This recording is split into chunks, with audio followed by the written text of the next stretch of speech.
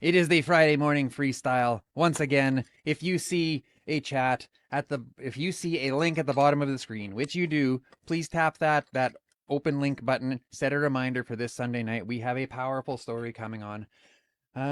We've got Tiffany Joy Payne coming on. What's good? What's good? Aaron, Arend. I'm sorry, I always say your name wrong. This morning we have a special guest. We can't see him yet. He's smiling as though we can see him. I'm trying to be So, ready. yeah, here we go. We're going to bring him in. Dylan Merrick, how are you this morning? I'm good. I'm replenished and happy to be here. So, fascinated to be on the opposite side of this talk. So, really fascinated about what we're going to talk about today. So, I'm Yes. stoked. Dylan came in here with a plethora of hot topics. He's like, we want to talk about this and this. And I'm like, Dylan, this is the freestyle. We will talk about all of the things in an organic way. So, Dylan, person who has found a safer way, a better way to live, in probably all sorts of different ways, but one from a toxic relationship with substances. Would you agree? Yeah, moving away from some of those relationships that I developed as a teenager. They fizzle out slash they start to take people from you that really mean a lot to you, and it'll change your life. So yeah, it's all about all relationships that we create, and the relationships that I want to hold with substances, I ultimately want to be balanced, Mm-hmm. and I wasn't finding that balance earlier in my life. Hmm. Can you take away that thing that Sue's chewing on? Yes. It's driving me nuts. Sue is the therapy animal in the studio right now has found something plastic to chew on and is driving me bonkers. It's like a plastic sunglass or something. Oh yes, it's like Dylan's car keys. No. No car keys because I ride a bike. Yeah. So Dylan is also a PhD candidate. Now, I want to give a shout out to some people in my life that Dylan also knows and may have worked with on and off in the past. I'm talking about Mary Ellen Gibson. I'm Love Barry talking Allen. about Maggie Copeland, Maggie Hmm. the Axe. She used to be the moderator before Donna took the Yeah, job over. Maggie was actually my teaching assistant for a class, so they helped Hmm. grade my courses and all my grades. So James Dixon, okay, we love who James. is now also a PhD. Mm. But the others that I'm talking about, the reason I'm bringing up all these names, and of course, Dr. Barb Fornsler. Of course, everybody give one of these for Dr. Barb Fornsler. These are all substance use researchers or people seeking a better understanding of how we can better help people who use drugs. Hmm. And why I'm bringing this up is because before I started doing any of this, of course, I had a picture in my mind of what a PhD would look like, or someone who would be, seeking that kind of knowledge and that kind of, I don't want to say status really, but um, No, that fits. okay, You can. well, fair enough. It comes with the title. I will be Dr. Merrick one day. Yes, So and I cannot wait to call you that. Before Jason got his, or not Jason, sorry, James got his, I couldn't wait to call him Dr. Dixon. Like, it just sounds like a supervillain name. that's Dr. the opposite Dixon. of what we're doing, Yeah, like I but see like the Dr. Octopus with the things.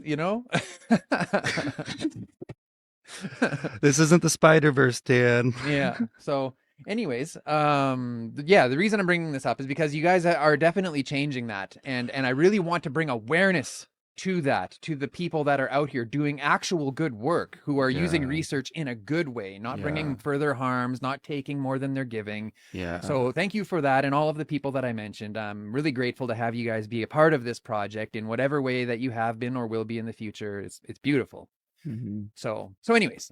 And we all love you, Dan. Oh, that's nice. I was actually linked up with Dan through Dr. Barb Fornsler, and so I think all of us appreciate and respect this project for what it is. And I know a big center locus of all this, is prairie harm reduction, Prairie Sky, and all Mhm. the work that they do. Because I know Dr. Barb Fornsler has worked with them We call extensively. her Tank Girl here.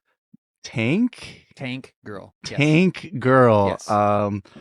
Barb, maybe this is the only time I'll say that if you're listening to this right now. But yeah, a lot of the nexus that's brought all these people together has been, Prairie Harm and all the work that they do and the ways that we can not just look at, addictions kind of traditionally and the Mhm. ways that we've engaged with them, but being a little bit innovative, be a little bit creative and also work with people individually. So I know one Mhm. of the approaches that they take is that patient-centered, person-centered approach. And, Mhm. I think all of us who are in that space are trying to see what that looks like because we're all individuals. Everybody out there is going through their journey, whatever it is an individual. And so we got to have that individualized care. Mhm. And Prairie Harm really helps with a lot of that and brings folks together in that Mhm. way. Mhm. And the Elizabeth Fry Society Yeah. and Prairie Sky Recovery Center. Prairie Sky Hmm. Recovery Center has been our longest standing supporter, and it's wonderful because they don't, and none of our sponsors do, none of our supporters or partners or whatever. Nobody says, Dan, you can say this and you can't say that. Like Mom Stop the Harm, for Mm. example, they are very Mm. much harm reduction focused. And I can bring people on from all different walks who may even oppose what they stand for, and Right. and they've never ever once said you can't have that on. That's good. Yeah, so it's a beautiful thing that's coming to be because the pendulum in the conversation used to swing so far. It was either no drugs none of the time, or it was all drugs all of the time, right? Right.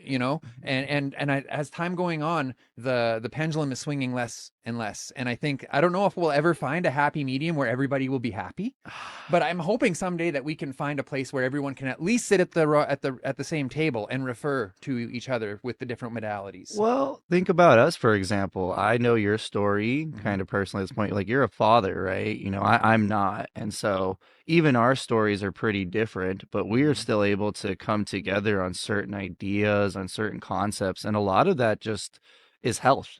I think wellness could mean so many different things. And even though you and me have approached it, you've kind of taken the steps. I've kind of went through my own perspective, used personal work, community work to do some of that healing. We're Hmm. still kind of meeting each other at somewhat of a nexus, which is just we want people to be happy. Hmm. We want people to be healthy. And from working with this show for you, I mean, I just learned that that path, it's multiple paths. Hmm. But one thing that I know you do talk about is kind of the spiritual aspect of twelve steps. And Hmm. I think for myself in my journey, finding some of that spirituality has been super helpful. Hmm. So I think maybe when I was a little bit younger, I probably would have said, "Oh, no, none of that." But as I've Hmm. gotten a little bit older, I think we started to just kind of use whatever is going to be useful for us. And Hmm. I think that's a beautiful light that some folks are going to utilize to Hmm. find their recovery, find that balance that I was mentioning a little bit earlier. Hmm. And being a hub, and which is what. Oh, and we've got a comment coming here. Vada May says, "Hi, Dylan." Hey, Veda! Veda, sorry if I pronounced your name wrong. We love you, Veda. Thank you Yeah. for coming. Twinkle, good morning. Twinkle says good morning from, I forget where Twinkle's from, but Hmm. Stronger Than Pain is her page. She's a very, she advocates ferociously for pain management and all of the topic that comes with that. It is a very deep rooted conversation, and we're glad that you're out there, Twinkle, doing that. And every time I say Twinkle's name to a new guest, which is every week, that's her real name. I'm jealous. I I, know, I right? got Dylan. I got Yeah, probably that's one of the boring. most mainstay millennial like names out there. Yeah. Sacramento, California. There we All are. right, a Right on, Cali Twinkle. homie. Yeah, I'm from the West Coast, so I'm glad that you're joining us, Twinkle. That's what's up. yeah, yeah. So tell us, no, let's go back a little bit into your story. I know we kind of touched on it a little bit, but I want to touch on it a little more. Like, did you have a vision of being an advocate and a researcher from early on, or was it as a result of your experiences that brought this desire to go into school and learn I these things? I almost wish I could say both, but realistically, it is the latter. Hmm. I always had an intellectual interest in history and culture, and kind of went into that topic with the indigenous realm. That's what I'm getting my PhD in indigenous studies. But it was some personal experiences I had as a really small child growing up with an alcoholic father. Luckily, he's in recovery now. He's been in recovery for about 3 years. And Hmm. I'll honestly say if he can get in recovery, anybody can. Because he definitely burned some bridges along that way. He And one of burned bright there for a minute. yeah, he wasn't quite twinkling. He was quite burning out. And Yeah. so that was that first kind of interaction really with addiction and alcohol abuse. And that kind of rubbed me wrong. That Mm-hmm. rubbed me the wrong way as a kid. And I think as a teenager, I was trying to be cool, and it was still kind of some cognitive dissonance going on about what this Explain is like. cognitive dissonance. Yeah, okay. Mr. Um, PhD I'm candidate. Come so on sorry. now. That's a big psychology word that I probably don't even understand fully. So let me try to do my best. It's kind of when you have two thoughts and they're completely different. Mm, So an example of this could be I really want to be doing something, but I'm not doing it. And that reason could be for whatever. And it creates a little bit of dissonance. And that's where that word dissonance comes across, where there's kind of distance, or there's some dissonance between those two thoughts and they're contending with each other. So it could be I really want to go out tonight, but I really got to stay in and save money. That creates some cognitive dissonance within mm-hmm. the individual. Big psychology term. Mm-hmm. I apologize for dropping things like No, that no, and it's not okay. explaining Please it. drop the big words so that we can learn what they mean, because I'll definitely call you out on it. Awesome, awesome. No, but no. but yeah, that was the first experience. And then if I could go a little bit further Yeah. here, and I was kind of thinking about Twinkle's work. One of my other interactions I had in an early age was a really good friend of mine. Shout out Timmy McIntyre. He was an Olympic level soccer player and Mm, got into an almost life ending dirt biking accident. And they prescribed him Oxycontin at the age of 14. And so he kind of had a choice. Well, do I use these pills or do I start smoking pot? mm-hmm. And he kind of became a bit of a stoner, and and he's in recovery now, and he's pushed that life away. But kind of thinking back to some of that pain management and how even youth can get caught up in that at a very early age. I was privy to that with my friend Timmy, and So even at 14 years old, he chose the marijuana over the OxyContin. he did. And I actually I talked with him a little bit before this to make sure I could talk to his story a little bit. But it was fascinating, and for me, and I wasn't so knowledgeable on drugs or anything at that point. I was still coming in, pretty nuanced outside of alcohol, of pills, weed, all the like. And he was really afraid of that addiction to pills, because I think growing up as a millennial, about pills pretty frequently. You have friends smoking rockers by high school, things Mm-hmm. like super intense stuff that, like, even for me as a 29-year-old, I'm like, dang, those kids are hardcore.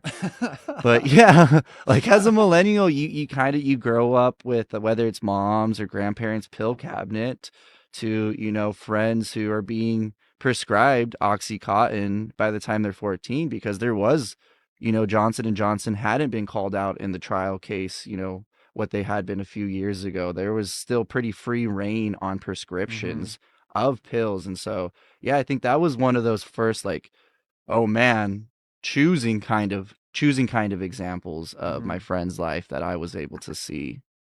And that sort of changed your perspective? Well, that's kind of when I got into pot. I'll be honest. Damn it.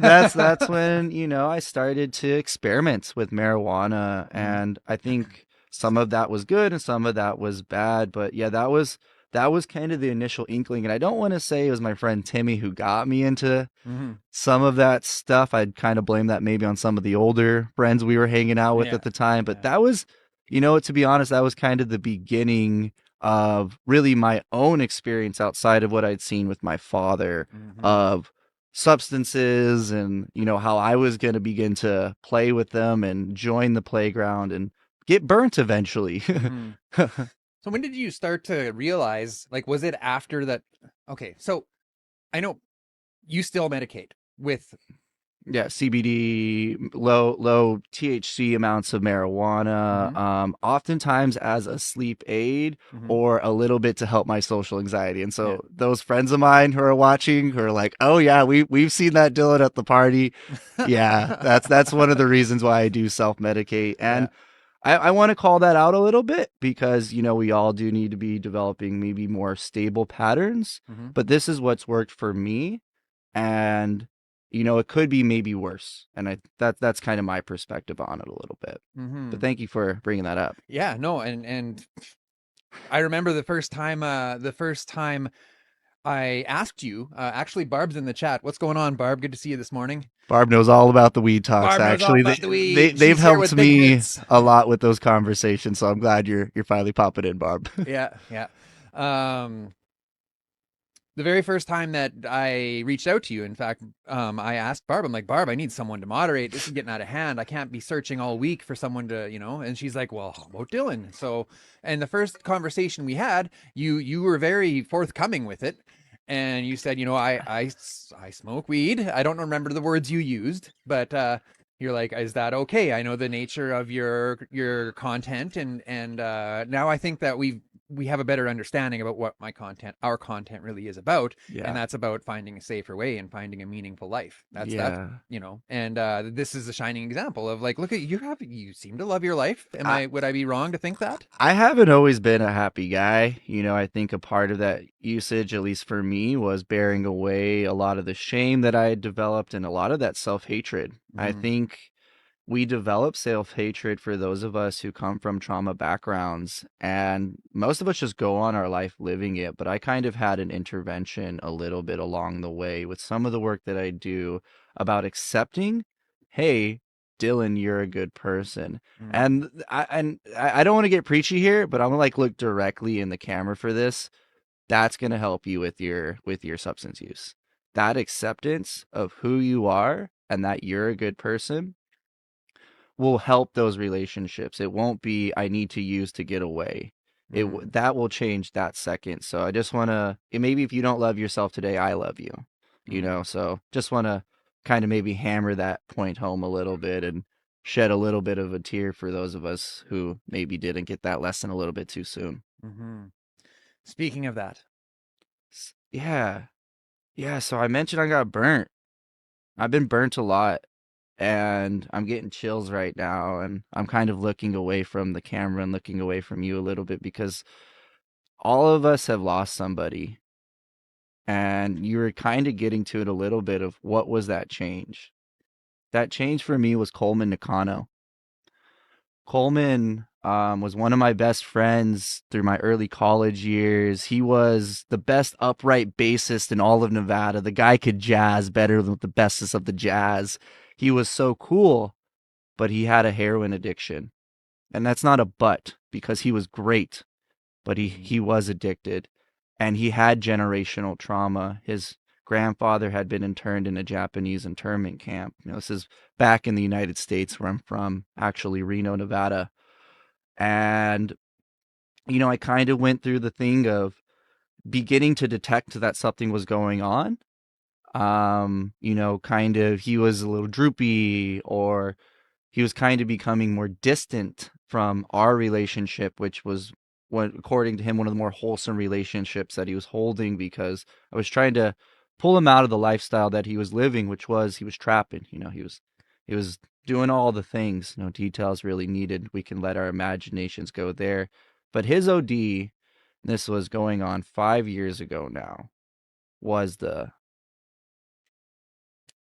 I'm done. Was the I'm gonna die, if I'm going out like this all the time and kind of using whatever, psychedelics, Molly, alcohol, weed, putting them all in one night together. And I think a lot of us, 20-year-olds, we got to go out to the raves, we got to go to the shows and got to have fun. But, my story started and ended with Coleman's passing. And every day that I work, in this field and work in this research, I honor him, you know. So I try to bring him with me. Actually, I did my comprehensive exam. So when you're a PhD student, you got to take a comprehensive exam to become a PhD candidate. So you show that you're comprehensive in the discipline. So Mm-hmm. according to the University of Saskatchewan, Barb Fornsler, Dr. Robert Henry, Dr. Simon Lambert, I am comprehensive in the field of Indigenous studies. Maybe that's not so true because it's a very expansive topic. But within that, I actually brought my memorial of Coleman, which is this circle of this like jar lid. It actually used to be a big pot lid. So Mm-hmm. kind of bringing it back a little bit, but it says, you gay on it because he wrote this to make fun of me one time just to troll me because I like stole this jar from him. He stole it back. And then when I took it back, he kind of pranked me. Mm-hmm. But this is really the only piece I have from him. And I've been carrying that around with me. My comps test, I had it with me there every day. so that I'd look at it. I keep it on my altar. I took it with me to Waskasiu. I was just in Toronto attending NASA, and I took it with me. Mm-hmm. So I really try to bring him everywhere with me. And I wish that, and I don't want to stop it here, but I wish that that was the last time that I had a friend experience an OD, because it's been just about every year since then. Mm-hmm. I don't, and I don't know what that looks like for everybody else. And if maybe I'm telling a similar story of those folks that are getting into that side of their life, into full recovery, into happiness and health, that there's that transition where some of your friends, like Timmy's doing great. You know, he figured it out. But then some of those friends don't quite figure it out. And, you know, probably since 2016, I've lost a friend to an OD every year. Mm. Got a comment coming in from Aaron. Aaron, thanks for the comment. Aaron says, as long as you keep him in your heart, he will always be with you. Yeah. Yeah. Yes, he will. Yes, So he will. let's talk about your transition into this educational path that you took. Now, how long was it? Now, tragically, you lost a friend, and that's what flipped the switch for you back to maybe finding a safer way. How long was it after that happened that you found some wellness and you decided, hey, I want to help other people, and you start going into school? It all happened in like the same 2 years. It Mm-hmm. was kind of crazy. I was finishing up my master's degree at the University of Nevada, Reno, and you know, I was going through my first year. That's when Coleman passes. It's a 2-year You were program. already in university Yeah. at this time. Oh, okay, Yeah. okay. So I've already finished up my bachelor's degree. That's kind of where me and Coleman were able to get really close. I'm in my master's degree now. He Mm, passes away a year into that. And so here I am, year two, probably grieving one of the most intense losses and traumas of my life, and having to find a job. mm-hmm, My interest in culture and history took me to working with indigenous folks. You know, I'm indigenous in my own background, and I knew that I wanted to work in that field. You know, I wanted to work with indigenous folks, particularly youth, mm-hmm, because my own experience as a youth who, as a survivor, you know, as a victim of physical abuse and the like, I wanted to engage with that cycle to help youth who are having hard times. So I had these pieces. I knew I had an intellectual interest in history and culture. I had a personal interest of helping out youth. mm-hmm, And then Coleman passed, and I said, well, how do I bring this forward? You know, how do I put A, B, and C together? And that manifested itself into probably one of my dream jobs, and probably one of my favorite jobs I will ever have in this life, mm-hmm, which was as a public education coordinator and social marketer for a prevention planning based grant that served Indigenous youth living in Fallon, Nevada, Lovelock, Nevada, and Yamba, Nevada. They're all what would be equivalent to First Nation reservations, but they're reservations in northern Nevada.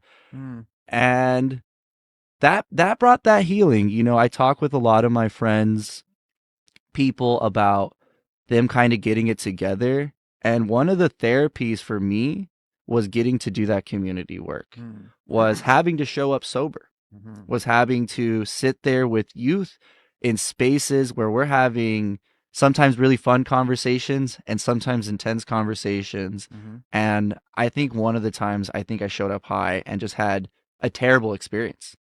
I was fumbling over my words. And at the end of the day, what I wasn't doing was holding space. mm. And if you're, you know, if you're going to do that kind of work in, you know, Holding space for what? holding space for the youth, holding space for folks to tell their stories, kind of like you do in a way, you know, Mm-hmm, kind of hold that empathy as well as build the container.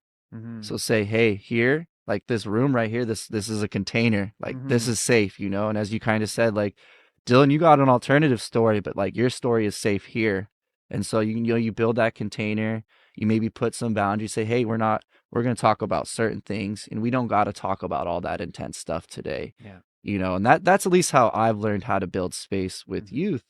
But that was that was the intervention in a way. And it went on for a few years, and I was lucky enough to have an amazing boss. Shout out Sherry Bowen, somebody else who passed in my life due to pancreatic cancer. And I Mm. bring forward their work and their honor every day that I live and get to do this work. But if I could summarize that, it was stepping into space with youth and knowing that I didn't want to step into that space high, Mm-hmm. and I didn't want to step into that space not being able to be Dylan. Mm-hmm.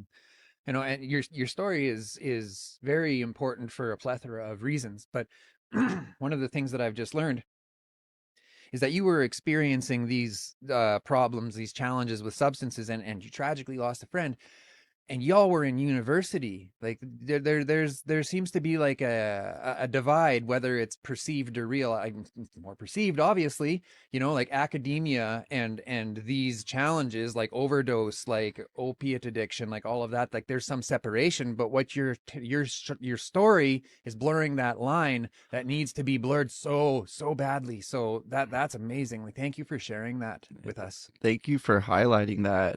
Almost I haven't realized that, but I want to shed a light. Like Coleman had a master's degree in jazz. He had a master's degree. He had gone to NYU, for music. This was a highly educated person, in a way. And so am I now in a certain way. And I think that's a big problem because we have folks who work those white collar jobs Mm-hmm. where it's not visible or it's not presenting, but the issues are still going on. Mm-hmm. And also, we need to be critical about how we're hyper criminalizing folks in blue collar spaces who do use, who Mm-hmm. are going on their own journey with addictions, because it's no different. It's just the power and privilege that makes it different. And Mm-hmm. that's not fair and kind of abhorrent. And I guess I try to navigate that myself, but I've still struggled that even within myself, when to tell my story. Mm-hmm. When is it appropriate to tell my story? And I don't know if my mom is listening right now, but if she would be, that's the biggest conversation that we continually unpack is, what is my story? How has it started and gone? And, being able to just relate that Mm-hmm. in a space that is welcoming of that. You said the word mom. We have to talk about that now. Of course. How has your relationship with your mother been through all of this, like through the dark times and now into the light? Tell us a little bit about that. How's that evolved? I love you, Mom. So I'm Mm-hmm. going to show you this video if you're not watching. My mom has been a semi-complicated figure in my life Mm. because we have not always got along. Are you suggesting that you're not a complicated figure? I'm a very complicated figure. Some of you probably know that better than Dan. It was a little tumultuous in those high school years with using of the pot. And you know what? That's the time machine moment where I could go back and just like, Dylan, use a little less because you're pretty much gonna like tarnish your relationship with your mother. Mm-hmm. And maybe not a way where it's not recoverable, because we were able to recover a lot of it. But I think I was just kind of being a dick to her. Mm-hmm. And I think maybe she could have been more open and accepting and maybe had some more conversations about why I was using pot versus she was very strict Mm-hmm. kind of mindset. But, honestly, that relationship as it evolved got better. And the one part of it that made it initially better was her accepting of my pot usage, but putting her own boundaries on it and saying, Mm-hmm. this is what I can accept. This is where you can use, like if you need to smoke pot in the backyard, for Mm-hmm. example. And also, hey, we're going out to a family event. Could you not? A 21-year-old, that's actually a hard what? decision. You know what, Mom? Like that thought crossed my mind. If you're watching right now, the first time Dylan came, he's like, I'm probably going to medicate a little bit. I'm like, the thought crossed my mind. I was thinking like, could you not? But then I'm like, you know what? No, that goes against the brand. We're going to roll with it. And he did a great job. We still I look forward to I having wasn't him. high. I showed up sober. So I'm sober right now. I'll be honest. Catch me out maybe later, Yeah. down the road. Yeah. Yeah, but yeah. Want to get back to that relationship with our mothers Mhm. because it's become a kind of sticking point with me in my previous kind of conversations over the last month of these relationships that develop with youth and their mothers, and how much guilt we kind of develop as kids of always wanting to impress our mothers or our fathers and like that. Like I mean, my father is kind of a deadbeat, so was my mother, who was that like golden star, like Mm, loving human. And I think as you know, you kind of start making those mistakes and you start hiding away more and more and more, it's gonna affect your relationship with those that mean the most around you, mm, because you're not being that authentic self. And it mm, is difficult to say, hey, my authentic self is high. My authentic self is drunk. mm, That's where you kind of then should take that and be self reflective and critical of, like, okay, that's not real. Nobody's real self is 24/7 on drugs. mm, Your real self is you on candy, is you on water, is you completely thirsty. It's a variety of selves that we hold as humans in an infinite capacity to realize reality, and that's a little too philosophical for you. Oh, But no, man. Drop it. sweet. Yeah, don't worry. If you get too far out, I'll rein you back. Don't worry. Sweet, sweet. But yeah, my mother's and mine's relationship kind of shifted from that point, and it made me respect the spaces that much more now, where when I do go home, I'm never high around her. Like Hmm. I like it almost, I get anxiety from thinking about it, cuz I feel like, like maybe I lived that life. I've been high around my mom. I did that for God, like 6 years or something like that. And now I want to be able to be present with Hmm. her. I want to be able to show her the respect that maybe I didn't understand as a teenager. And she was hammering this home. She was saying I was disrespecting her, Hmm. but that relationship has evolved as my relationship with substances has evolved, and there's still some tough conversations that we're going to have in the future. And I know this is true of a lot of other mothers and sons, that the quicker you guys get to those conversations, the quicker we're going to be able to keep our young adults alive, and the quicker we're going to be able to have our parents and, those of us who have raised youth and children to understand what they're going through. Mm. And just to reflect for a moment, you said when we first started talking about your mom that, like, do you think that if she would have fostered that productive conversation, do you think she could have influenced you earlier because there's moms watching? I absolutely, and there's no one way to do this. I'll be honest, because I'm indigenous, and there's also ceremony. Mm. There's also, there's not just, hey, don't do drugs. Let's talk about drugs. Hmm. Let's have the talk. Was it birds and the bees of sorts of substances? Hmm. But there's also, let's go out and hunt. Let's go out on the land. Mm. Let's go forage. And so there's ways that you can kind of engage with this conversation Without actually. without just saying, Okay. hey, stop smoking pot. Because as maybe when they're preteens, that conversation is going to go a little bit easier. But by the time they're a teenager, at least I know myself, I had all my opinions. I had politically, socially, economically, I had all that figured out in a way. Yeah, I was gonna In a way, to the best of your understanding at the time. right. Okay. And so when my mother would approach me with that conversation, it was very violent, and it was very much about her. It was very Explain yelling, violent. screaming, Okay. f- harsh words, Strong opinions. incredibly, Okay. incredibly. And you know what? Shout out Rosa for having those opinions. Mm-hmm. But if there would have been a conversation not about shame, because that's what it was all revolved around, that this is wrong, and that's all we're taught. We're all taught abstinence based understandings. We're taught that it's supposed to be the parent that can actually talk about these things, but to utilize an article that I read through Barb Fornsler, it's those peers. Those Mm-hmm. peers are actually going to be influencing those teenagers and youth more so than that parent. So Mm-hmm. we think the parent is the ideal person to be bringing forth these conversations, and the way that she would bring them forward, I don't always think were productive, because what I was trying to do was cover up some of the traumas that I suffered as a child, Mm-hmm. with kind of some escape smoke in a way, some escape juice of sorts. And I think if there would have been space held around that, space said, around what's going on. Um, I understand that you're using pot, but how could we use less? Maybe just that question in itself would have been a paradigm shifter. But then again, I don't have kids. So I am not going to get on any pedestal and try to say that there's one right way to parent Hmm. But you were because a kid.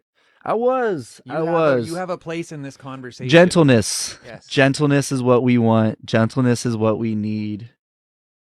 And even for those of us who have maybe lost a youth or lost their kid to addictions, still be gentle. Still be Hmm. gentle with their memory and that little kid that they were, because that's what a lot of us I think are searching out, have that trauma as kids is we want to be held. We want to be held and we want to be talked gently with and we want to have safe containers. Hmm. You mentioned culture. Talk to us about how culture influenced your path. It is my path. Mm. I was talking with a friend about this the other day. I mean, if we look at organizations such as Thunderbird, we look at some of these cultural programs out there and Hmm. we see the recidivism rates. What's They're recidivism? Dang it. That's when it could be relapse or it could be when you when you do a crime and then you do the crime again. Particularly, it's often used in a criminology sense, but I'm using it in addiction sense, which more or less just means like relapse, Mm. right? Okay. And so kind of what was I mentioning there about recidivism? I forget. I forgot my train of thought. Yeah. Repeat. You were talking about Thunderbird. You were talking about culture. Culture, yeah. Yes. So when we look at some of these programs, and utilizing ceremony, utilizing cultural knowledge, and that could be within the indigenous realm, that could be in a variety of other realms, we all come from somewhere and we Hmm. all come from a beautiful place and culture. And so for me, it was a development of an acceptance of my identity. Hmm. And that's where I can tie in that, like, I love myself. I accepted I was a good person because, those of us who grow up a little bit blacker and browner, women, queer, we are told that we are different. We are told that we will never be right, will never be normal. Hmm. And we know we internalize that a little bit. So going through that work, being raised in a very Mexican family, shout out Rosa again, piñatas and carnitas and Hmm. beans and rice all day, every day. Being raised in that very Mexican family, very Jewish as well. I had the option. Like I pretty much had this option my whole life that my grandmother and my mother and my sister kind of took on. Don't get me started there about one of the coolest people in the entire world, Sarah Hmm. Merrick. Hmm. But it was kind of left there. And I didn't really start taking it up until my early 20s. And a big part of that was starting to have more critical conversations with my peers about race and identity. Hmm. And being an American, no political allegiances aside, when the election cycles come up, you start having those conversations with your family and friends about, God, what do I believe in? And I think some of those started just to accumulate and accumulate. And some of the things that even some of my peers would say would be like very derogatory towards Mexican folk or Jewish folk. And I'd be like, yo, like that's me. And so these all accumulated where I just had enough. I fully dove head first as much as I could into, my Mexican culture as well as, my indigenous ancestry of being Mayan, Ototomi. And yeah, I think I've kind of just been that guy. Like I've been that guy since I know like there's probably some friends viewing this right now or whatnot are like, yeah, that's kind of that nerd in our group. Like you want to talk about history, you want to talk about culture, you want to talk about ceremony, Hmm. talk with him. Hmm. And I want to give one example because this is what. Before you do, Oop. we've got some comments piling up. I just want to acknowledge people in the chat right now. So have a drink of water if you want. Lainey, good to see you. Thanks for joining us. We've got Veda saying, "Yay for including youth." I'm assuming that maybe you're talking about my my little girl jumping in my lap. There, she's home from childcare today. It's a story, but she's here, and we never try to pretend that we're not talking about these matters. So yeah, you see our children bouncing in on most of our live We streams. love Kendra and Grady. They're the real stars of the show. Mhm. Yes, they're amazing. Who else do we got here? We've got Barb chiming in. What's Barb saying? Barb says the harms of use are everywhere. Thank you for sharing this understanding and knowledge. Well, thank you for introducing me to Dylan there, Barb. Let's see, what else do we got here? Oh, Twinkle says I'm Latina, just learning to speak English. What else? I thought I saw some other things here. Right. Arend. Aaron says, I also didn't have my father around, and for what it's worth, I'm proud of you. Oh, Arend. Thank you. That's healing. Yeah. That's very sweet. And Twinkle, maybe we'll have to link after the show or something because we have some things in common and probably could have a good conversation about those. You can track her down on Facebook, I'm sure. Stronger Than Pain is her page. Yeah, I'll give you a follow. Yeah. Aaron says, hi, hi. Hi, hi. While we're in the comments, hey, go give Dylan a hug. Go. Dylan asked. Do you want to give me a hug? Is that okay? Okay. Cool. No? Yeah? Okay, good. good. It's consensual. Yeah. Thank you, Kendra. I like that one too. You like this one too? Yeah. I'm getting compliments on my earrings. Can you tell them what this kind of earring is? Flashing star. It's a flashing star. Thank you. Here, do you want to play with it? Yeah. Okay. Well, you got to keep it safe so that way when I'm done, I'll bring it back. But that's your toy for now, okay? I'm great with kids. He really is. I'm not going to lie. I love them. And a big part of it was doing that workout there. But as you know, I think I always imagine myself as that youth and the like adults that I would have wanted to be around that are like asking me for consent, that are giving me random it was a lightning bolt, star earrings as toys. So yeah, I think I just always kind of default of like, let's hold that space. Lana's got a comment, or sorry, Lainey. Lainey says, love to hear about the way you and your mom have grown and the ideas you have given your parents with teens to talk about it in a non-shaming way. That is important. Yeah, thank you. Yeah. So how'd you end up in Canada then? And in this tiny little dusty town. I came to talk with you, Dan. That's I came to be on Hard Knocks Talks. I'm going back to the States. This is it. This is the pinnacle. Thank you so much. You are so kind. All right, I gotta get back to talking. I ended up in Canada to chase opportunity. I'm gonna be completely honest. I also was chasing an opportunity to help. I think we all have that career conversation at one point in our life, and I'm glad where you ended up on your conversation and doing this kind of work, Dan. But I think I always wanted to help people and always wanted to try to see how many people I could help, which maybe is a little egotistical, but I've also seen that the ways that I want to help are with mental health, are with addictions, things that I personally know about and have been lucky enough to be trained extensively in. And so when going around and looking at different PhD programs, I applied across the United States and Canada. And when applying to USask, I met the coolest people of anybody I talked with throughout the entire Indigenous studies kind of world in the United States and Canada.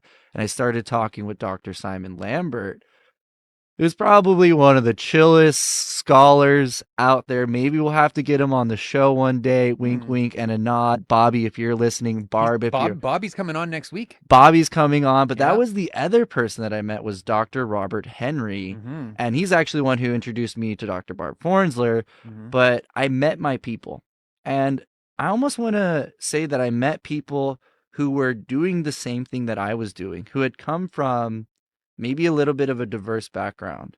Bobby's from PA, a lot of his family is involved in policing, corrections, and all the like, and so I think when I was able to find my people, I chose this program.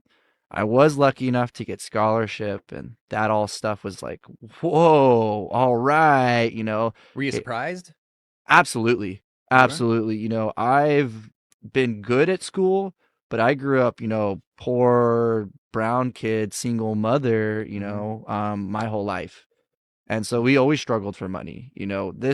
My mother was, shout out Rosa again, on us about academics, on us about school, on me and my sister about it. But as much as she did contribute, the financial piece was like, we're not coming from money. Mm-hmm. And, I didn't expect to be now, a fully funded My Tax researcher. My Tax is a grant organization here in Canada that works with universities to work on specific projects that bring forth community-based research, health-based research, environmental-based research. They really run the gambit. But no, if you would have been sitting, especially if you have been talking to that Dylan who was hanging out with Coleman at 23 or 24 and said, hey, you're going to be a fully funded researcher, a professional researcher, actually working on a publication that hopefully I'll be submitting today to talk about ethical and cultural considerations in AI development for mental health chatbots. Whoa. And, if you would have been sitting there with that kid, probably ripping a bong, probably needs to cry about something, he'd probably say, you're fucking lying. Mm-hmm. He'd probably look at you and be like, I'm going to go smoke another joint, dude. Mm-hmm. Get out of my face. Mm-hmm. And so, no, I didn't. And the thing that got me up here was finding my people, was to find other academics like myself that have lived experience with the whole gambit that life throws at us. Just take a quick break here. If you guys are just tuning in now, there is a featured link at the bottom of your screen.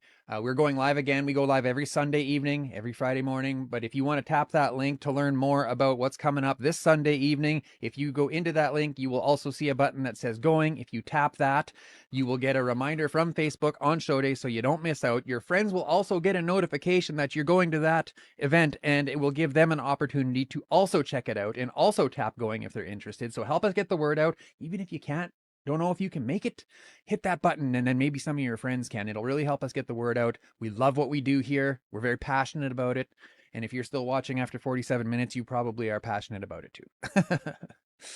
So anyways, just quickly now, because did you notice any cultural differences, or did your desire to help shift in any way when you got to Saskatchewan? Like, was there a difference in here from there? The biggest point of culture shock in Canada was the amount of houseless folks that were Indigenous.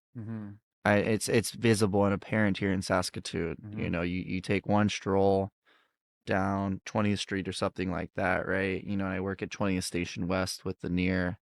It's apparent about who is being oppressed. It is apparent about who is being marginalized. And that was one of the biggest culture shocks that I think I still deal with, because in the States, the poverty is a little bit more diverse, which I don't know. We could talk about that on another talk, but that's an interesting topic. Yeah, it's a little different there. And, I think when I came to Canada, that was a big culture shock where I was like, okay, the realm of doing this, the population and target audience that I want to be working with and all the building relationships and building connection through heart and spirit and mind. There's issues here. There's people openly shooting up. And one thing I'll try to do, and I don't know if I suggest this for everybody else, I'll try to stick around if I see someone shooting up. I won't get in their business. I won't even enter their bubble or enter their space. I'll just stand around, look on my phone or something, because realistically, folks who are using should have some type of supervisor or some type of watch. And, another kind of thing that I think is important is for folks who are using, don't use alone, make sure someone's there, whether they're sober or, kind of not. That's really important. But that was a big change. The other big change is I stopped specifically working with youth. Most of my life had all been kid-centric. Like, it's all for the kids, it's all for the youth. And I'm a big, joyful, freaking happy dude who loves to jump around and do cartwheels. That's true. You stand out in a crowd. I'm a little tall. Well, above that, beyond that, though. It's the bun. The bun. It adds about an extra couple of inches. But it was starting to work with adults. And I don't know if that was kind of like a universe level up kind of thing. Like, hey, you worked with the kids. Now it's time to work with the adults. Mm-hmm. But my research flipped from being youth focused, or my work switched from being youth focused to kind of adult focused. And that's a completely different realm. Mm. Um, I think a lot of the times, and this is specifically within Indigenous communities, we leave out the adults, we leave out the parents, and we're just talking about youth and elders. Mm-hmm.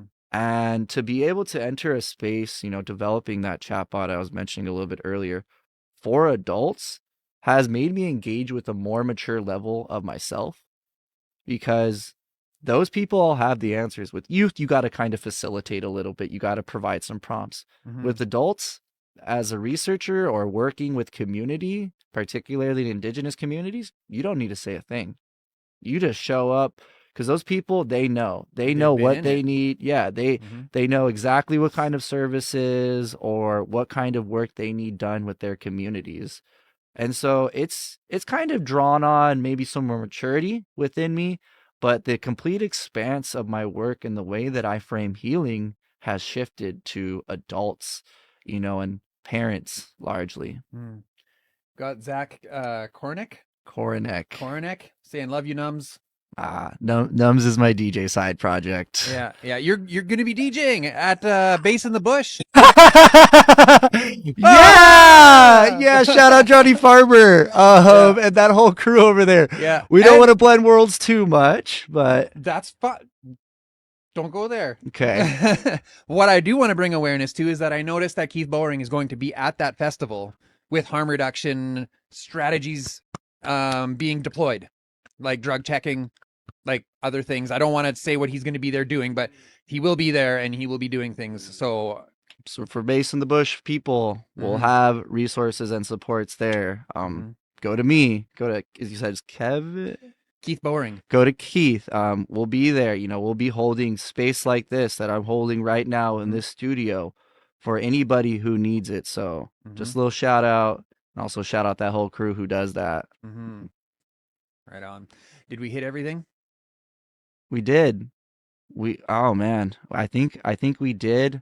Want to give one last kind of reminder, is that I lost somebody this past Saturday. I lost someone to, an OD, and another Indigenous man, a really good friend of mine, someone who I feel kindred to and kinship with, because I love his whole family, and I love his 3-year-old daughter that he left behind. I love his 12-year-old son that he left behind. And I think I want to kind of put out an emergency right now for people. If you know of somebody who is in the thralls of addiction, please act now. Please act like tomorrow they won't be here, because that might actually happen. Yeah. So I wanted to end on that mode and shout out my really good friend Cody, and hope that his soul is passing on to spirit realm, and maybe even visiting us here today in the studio and saying what up and giving his honor and blessings. But yeah, everything I do is for Coleman, for my friend Ben, for my boss Sherry, and for Cody, for Bishop, for Jordy, all these friends, For Dylan. for fucking Dylan, for Rosa too. We love mom. We love mom in the studio, and the friends that I make out here, Dan and Barb. So yeah, I think that's a good place for me to end today. Awesome. Thanks so much for joining us today, Dylan. This ain't the last time you've seen the inside of this studio. I'll tell you that much. No, it won't One more be. time before you log off, before you go away, hit that link down at the bottom. Check us out again this Sunday night. We go live every Sunday night, every Friday morning. Hope you join us again. Take care, everyone. Have a great weekend. Be safe. Be well. Do good things. Do good things. Do good things.